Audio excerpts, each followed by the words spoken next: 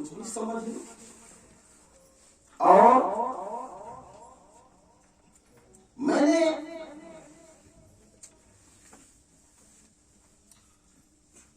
جس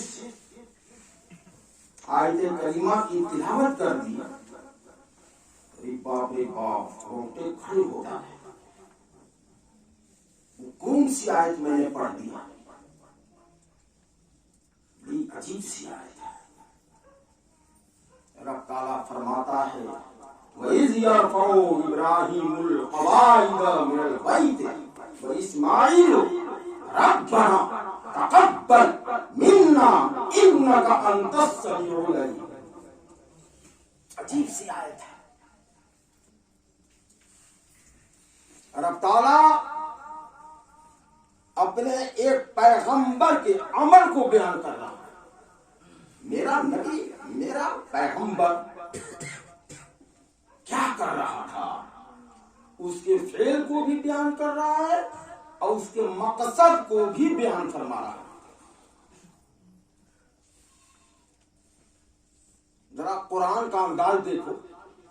رب تعالیٰ فرماتا وَإِذْ يَرْفَعُ إِبْرَاهِيمُ الْقَوَاعِدَ. رب تعالیٰ فرماتا ہے کہ جب میرا ابراہیم میرے گھر کو بنا رہا تھا. وَإِذْ يَرْفَعُ إِبْرَاهِيمُ الْقَوَاعِدَ وَإِسْمَاعِيلُ. جب ابراہیم و اسماعیل دونوں مل کر میرے گھر کو بنا رہے تھے، آج جب مکمل کر لیا تب کہا ربنا تقبل منا، ربنا تقبل منا. یہ ہمارے رب ہم سے جیسے بنا، جتنا بنا اس کو ہم نے بنا دیا. تقبل منا، بس اب تو ہماری اس خدمت کو قبول کر. ربنا تقبل منا، اے ہمارے رب تو ہماری اس خدمت کو قبول فرما لے. انک انت السمیع العلیم، اس لیے کہ تو ہی سننے والا ہماری دعا کو، علیم، اور تو ہی ہمارے دل کے راز سے واقف ہے کہ ہم نے کتنی محبت، کتنی عقیدت، کتنی چاہت، کتنی لگن سے ہم نے تیرے گھر کو تعمیر کیا.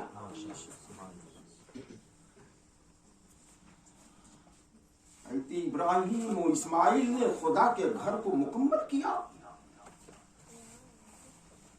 ابے خانے کعبہ اب تک 10 بار اس کی تعمیر ہو چکی ہے. 10 بار خانے کعبہ کو بنایا جا چکا ہے.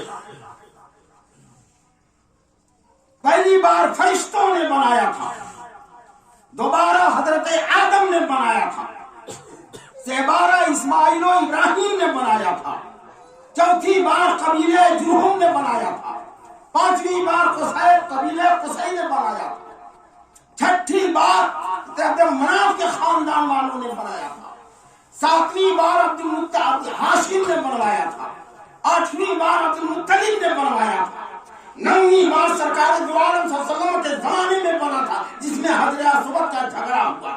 پیارے رسول نے حضرت اسود کو خانے کعبہ میں جڑا. اور 10ویں بار حجاج بن یوسف نے بنوایا. جو 10ویں بار حجاج بن یوسف نے خانے کعبہ کو بنوایا. آج جو خانے کعبہ بنا ہوا ہے، اب پوری دنیا کے مسلمان جس کا طواف کرنے کے لیے جا رہے ہیں، وہ حجاج بن یوسف ظالم بادشاہ کا بنوایا ہوا ہے. حجاج بن یوسف وہ ظالم بادشاہ تھا جس نے 70,000 علماء دین کو قتل کروایا تھا، اور جس نے 60,000 بڑے بڑے جید علماء کو اپنی تلوار سے قتل کیا. اس ظالم بادشاہ کا بنوایا ہوا خانے کعبہ آج موجود ہے. اور وہی حجاج بن یوسف تھا جس نے قرآن کے اوپر زبر زیر پیش تشدید اسی کا لگوایا ہوا ہے. اگر آج دن قرآن پاک پر زبر زیر پیش نہ ہوتا تو ہم قرآن پاک کو صحیح ڈھنگ سے پڑھ بھی نہیں پاتے. کہیں کفر بھی ہو جاتا پڑھنے میں. زبر زیر پیش میں کفر ہو جایا کرتا. جیسے ایک مثال دے دو، پڑھتے ہیں الحمدللہ رب العالمین الرحمن الرحیم مالک یوم الدین ایاک نعبد و ایاک نستعین اهدنا الصراط المستقیم صراط الذین انعمت علیہم. انعمت تے پر زبر ہے انعمت، اگر اس کو کہیں پڑھ دیا انعمت علیہم تو کافر ہو گیا، کافر ہو جائے گا. یہ حجاج بن یوسف کی دین ہے جو آج ہم قرآن پاک کو صحیح ڈھنگ سے پڑھتے ہیں. اب اس میں بڑا اختلاف ہے کہ حجاج بن یوسف جنتی ہے کہ جہنمی، جنتی ہے کہ جہنمی. کچھ لوگوں نے کہا کہ وہ جہنمی ہے اس لیے کہ اس نے 70,000 علماء کو قتل کروایا، اور علماء کو قتل کرنا کرانا یا ان کی شکوہ شکایت کرنا، ان کی شان میں نکتہ چینی کرنا اور کرانا، یا اس کے دیکھ کر کے ہنسنا اور ہنسانا، یا اس کو دیکھ کر کے طنز کسنا. اب اس پر گفتگو کروں تو موضوع دوسرے جانب چلا جائے گا. تو حجاج بن یوسف کے بارے میں مختصر سی بات ہی، اس میں اختلاف ہے. کچھ لوگوں نے کہا کہ وہ جہنمی ہے، کچھ لوگوں نے کہا جنتی ہے. جہنمی کرنے والوں، بتانے والوں نے یہ دعویٰ پیش کیا ہے اس نے 70,000 جید علماء کو قتل کرایا، لہذا وہ جہنمی. جنتی ہونے کا دعویٰ کرنے والے یہ دلیل دیتے ہیں کہ اس نے خدا کے گھر کی تعمیر کروایا ہے، ہم یہاں چھوٹی سی مسجد بنا کر جنتی ہونے کا دعویٰ کرتے ہیں، اس نے خدا کا گھر مکمل کرایا. خدا کے گھر کے ساتھ ساتھ پورے قرآن پاک پر زبر زیر پیش لگا کر پوری دنیا کو قرآن حکیم کو غلط پڑھنے سے اس نے بچایا. اب یہ لوگ اس کو جنتی ہونے کی دلیل دیتے ہیں. آج جس نے 70,000 کو قتل کر دیا اسی حساب سے اس کو جہنمی ہونے کی دلیل دیتے ہیں. بہرحال وہ مسئلہ اپنی جگہ پر ہے. میں یہ کہنا چاہتا ہوں کہ آج جو خانہ کعبہ ہے اسی حجاج بن یوسف کا بنوایا ہوا ہے. اور جب حضرت ابراہیم علیہ السلام خانہ کعبہ کی تعمیر کر رہے تھے،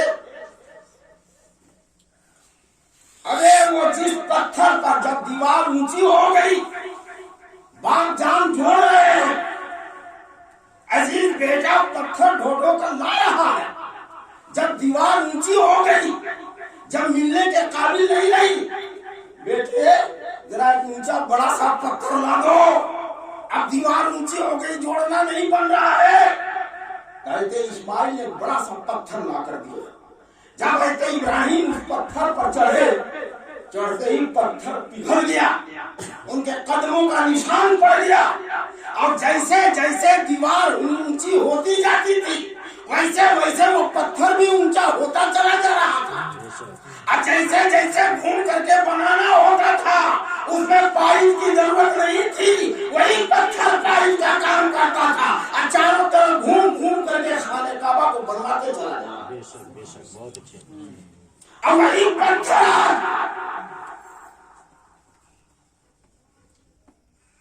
جو لوگ حاجی صاحب گئے ہوئے ہیں، خانہ کعبہ کے بغل میں مقام ابراہیم ہے. وہ مقام ابراہیم ہے کیا چیز؟ قرآن نے کہا واتخذ اللہ، قرآن نے کہا واتخذوا من مقام ابراہیم مصلی، ابراہیم کے قدم کی جگہ کو نماز کی جگہ بنا. وہ ہے کیا مقام ابراہیم؟ یہ وہی پتھر ہے جس پر حضرت ابراہیم علیہ السلام چڑھ کر خانہ کعبہ کو بنائے، اس پر ان کے قدموں کا نشان ہے. اسی پتھر کو خانہ کعبہ سے تھوڑی دور ہٹ کر اب اس کو نصب کیا گیا ہے. اسی کو مقام ابراہیم بولا جاتا ہے، اسی کو قرآن حکیم کہا رہا ہے واتخذوا من مقام ابراہیم مصلی. اے لوگوں تم اس مقام ابراہیم، اس پتھر کی جگہ کو نماز کی جگہ بنا. حاجی لوگ جاتے ہیں، امیر لوگ جاتے ہیں، جب خانہ کعبہ کا طواف کر ہوتے ہیں، جب حجر اسود کا بوسہ لے ہوتے ہیں اسی مقام ابراہیم کے پیچھے جا کر 2 رکعت نماز شکرانہ ادا کرتے ہیں. بڑے تعجب کی بات ہے. اگر رب نے کہہ دیا کہ وَاتَّخِذُوا مِن مَّقَامِ إِبْرَاهِيمَ مُصَلًّى، ابراہیم کے قدم ناز کی جگہ کو تم نماز کی جگہ چن لو. اگر خدا نہیں کہا ہوتا تو آج کسی کے کھڑے ہونے کی جگہ کو اگر ہم نماز پڑھتے تو دنیا ہمارے اوپر نہ جانے کتنا شرک و بدعت اور کفر کا فتویٰ لگا دیتی.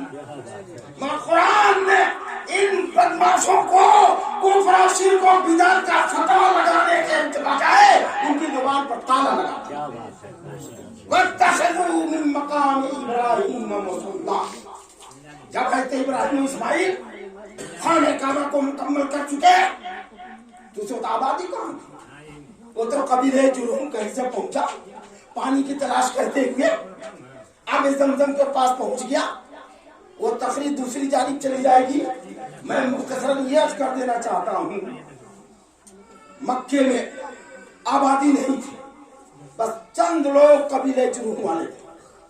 جب حضرت ابراہیم و اسماعیل دونوں خانہ کعبہ کی تعمیر کر چکے حضرت ابراہیم کو فکر ہوئی یا اللہ تو نے اپنا گھر تو بنوا دیا، چاروں طرف سے پہاڑیاں ہیں، جنگل ہے، جھاڑیاں ہیں، یا خدا اب تیرے اس گھر کو آباد کون کرے گا، اس کو آباد کون کرے گا؟ تو حکم ہوا ابراہیم تم پہاڑی پر چڑھ جاؤ، جبل قمیص پہاڑی پر چڑھ جاؤ اور چڑھ کر کے وہاں اعلان کر دو کون اللہ کا نیک بندہ ہے جو اللہ کے گھر کو آباد کرے گا. رب کا حکم ہوا. حضرت ابراہیم علیہ السلام جبل قمیص پر چڑھ گئے اور چڑھنے کے بعد ایک آواز کیا لگائی، کون اللہ کا نیک بندہ ہے جو خدا کے اس گھر کو آباد کرے، آباد کرے. جتنی انسان کی روحیں تھی بارگاہ الہی میں، جن روحوں نے حضرت ابراہیم کی پکار کو سن کر لبیک لبیک لبیک کہہ دیا تھا، وہی روحیں آج خانہ کعبہ کے طواف کے لیے جاتی ہیں. جن روحوں نے سنا تھا وہی روحیں، جن روحوں نے آواز دیا تھا لبیک بولا تھا وہی روحیں. اور ایک بات سن لو، ابراہیم کہاں سے پکارے؟ مکہ سے پکارے، جبل قمیص پر چڑھ کر پکارے. ہماری روحیں کہاں تھی؟ ابے ابراہیم کے زمانے میں ہم تھے کہاں؟ ہمارا یوپی بھی نہیں تھا اس زمانے میں، بات کو تو دور کی بات ہے، یوپی پاکستان کا بھی وجود نہیں تھا. ہم کہاں سے ہو گئے؟ اس زمانے میں حضرت ابراہیم نے پکارا تھا. جو ہماری روح ہے باپ کی پشت میں تھی، عالم ارواح میں تھی، بارگاہ الہی میں تھی، وہیں سے ہماری روحوں نے سن لیا تھا اور سن کر کے کہا تھا لبیک اللہم لبیک لا شریک لک لبیک ان الحمد والنعمت لک والملک لا شریک لک. یہ آواز عالم ارواح میں تھی. حضرت ابراہیم خدا کی قسم کیسی تیری آواز تھی اور تیری آواز کہاں تک پہنچی؟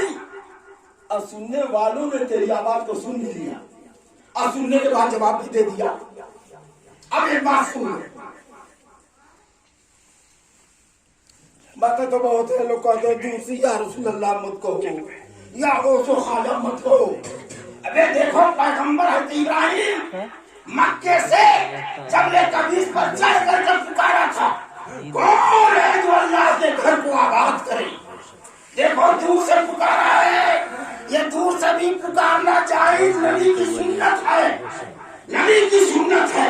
اور دور سے سن لینا یہ اللہ کے نیک بندوں کی سنت ہے، اللہ کے نیک بندوں کی سنت ہے. اب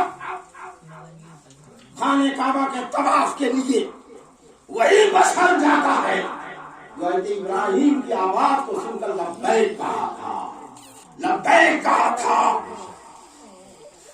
شاید شاید نہیں یقیناً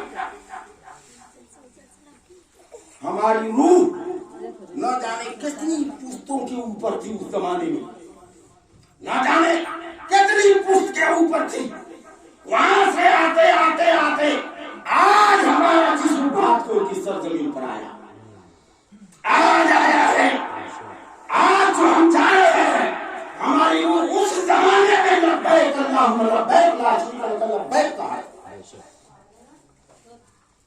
ایک بات اور سن لو، لبیک لبیک کر دیا، اب جس کی زبان سے جتنے بار وہاں لبیک لبیک لبیک نکلا تھا اتنی بار وہ انسان ہر حال میں وہاں پہنچے گا، چاہے وہ امیر ہو غریب ہو فقیر ہو، رب تعالیٰ اس کے جانے کے لیے کوئی نہ کوئی صورت ضرور نکال دے گا۔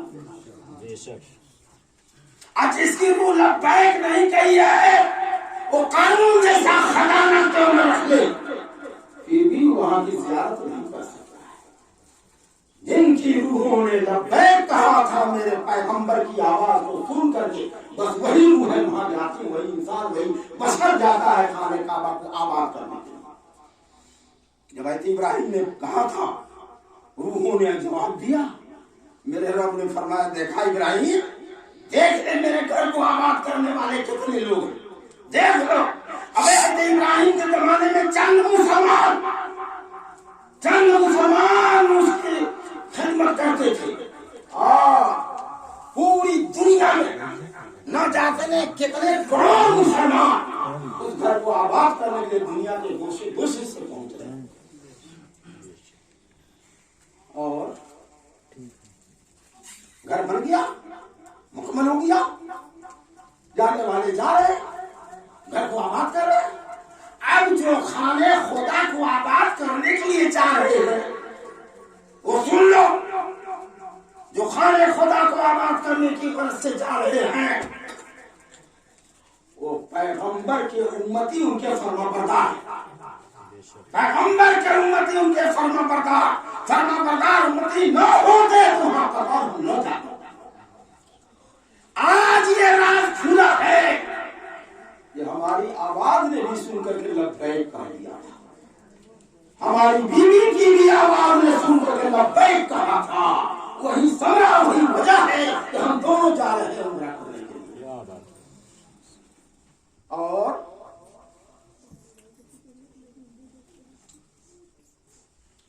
جو شخص خانہ کعبہ میں ایک رکعت نماز پڑھتا ہے وہ 1,00,000 رکعت پڑھنے کا ثواب پاتا ہے۔ پہلے ہم لوگ کے بچپنے میں بڑی مشہور تھی دلی کی جامع مسجد، دلی کی جامع مسجد، کہاں سے لوگ بھاگ کر جاتے تھے دلی کی جامع مسجد میں نماز پڑھنا۔ اب یہ مسجد تو مسجد، کہیں کی مسجد ہو، سب خدا کا گھر، سب میں برابر ثواب۔ اگر ہے دنیا میں 2 مسجدیں ایسی ہیں جن کا ثواب الگ ہے، یہ چند مسجدیں ہیں جو رسول کے زمانے کی ہیں، ان کا فیض الگ ہے، مگر اللہ کے رسول نے فرمایا ہے صلاۃ فی مسجدی ھذا خیر من 1000 صلاۃ فیما سواہ الا المسجد الحرام، الا المسجد الحرام۔ جو کوئی میرے اس مسجد نبوی میں 1 رکعت نماز پڑھے گا وہ 1000 رکعت نماز پڑھنے کا ثواب پائے گا، الا المسجد الحرام، مگر مسجد حرام کا ثواب کچھ اور ہی ہے، کچھ اور ہی ہے۔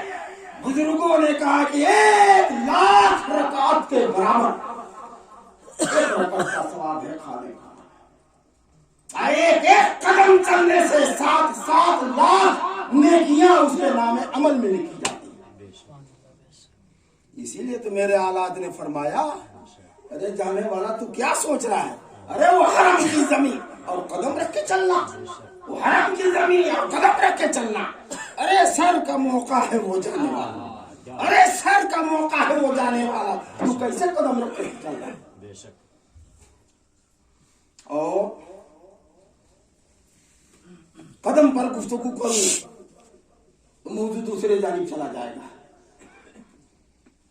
اور آلات نے کیا لکھا ہے، کعبہ تو ہے اپنی جگہ پر، آلات نے کیا لکھ دیا، حاجیوں شہنشاہ کا روضہ دیکھو.